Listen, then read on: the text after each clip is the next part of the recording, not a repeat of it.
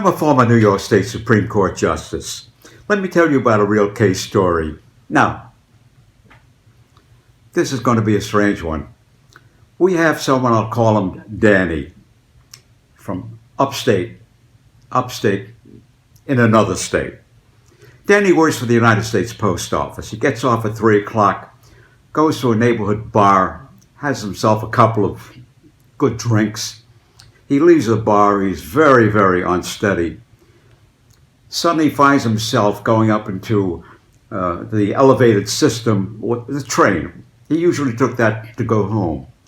Suddenly he's on the tracks, and he's walking on the tracks like he's going to be walking home.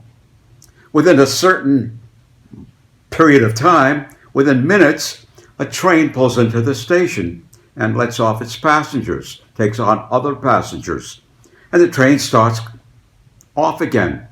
In the meantime, Danny is on the tracks hundreds and hundreds of yards away from the station. He trips and falls because he's drunk. He is drunk. He falls and his legs are right over the tracks.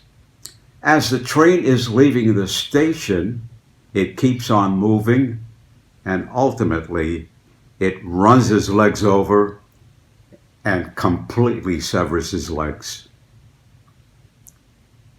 Case is brought. Tough case, because first of all, Danny was drunk. In addition to which, he shouldn't have been up there. He was a trespasser. What do you do with a case like this? Well, we contact one of the train safety specialists, and we explain everything to him. He comes down, takes all kinds of measurements and things of that kind.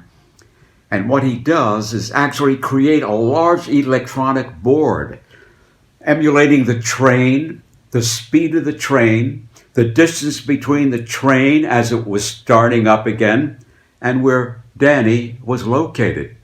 And based upon all of his measurements, her surveying, his electronic board, it determines in his own mind that the train could have come to a stop before it would have hit Danny. That is, if the engineer of the train was paying close and proper attention. Yeah, we have a theory of a case. Based upon that theory, we brought the case. It was in the federal court in another state. Of course, there was no money being offered whatsoever because you said Danny was drunk, he was a trespasser, he had no business being on the track. I mean, they were right, absolutely right. But our position was, yes, but that does not give license to anybody to go ahead and injure somebody else if you have the opportunity of avoiding the accident. And we say that the engineer, had he been paying attention, proper attention, he would have avoided this accident. He could have brought his train to a stop before it hit Danny. We try the case. Case goes on for over 2 weeks, 2.5 weeks, almost 3 weeks in the federal court in this other state. Ultimately, the jury gets the case. Jury is out for almost 7 days. Third day, they come back to the judge and they say, we can't reach a verdict. The judge says, come on now.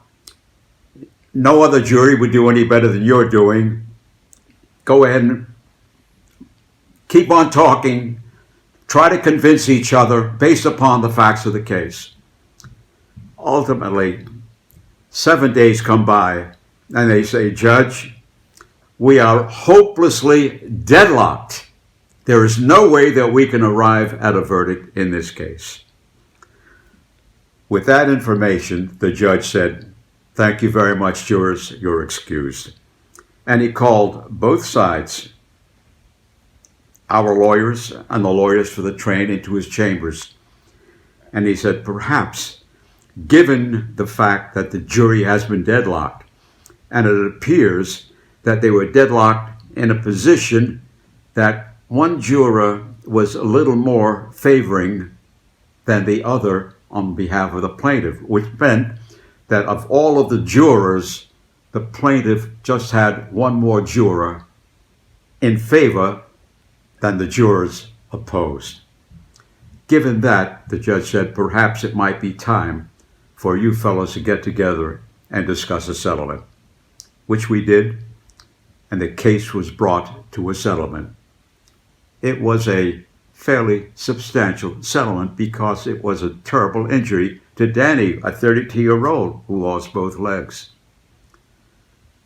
But the upshot of this story is that even if you have a client who is at fault, it does not give license to somebody else to do something that is going to injure that person when that injury could have been prevented if the one who is performing or operating that train was paying more attention.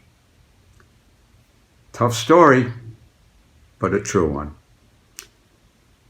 So until we meet again, this is a storyteller telling you, stay safe and keep out of danger.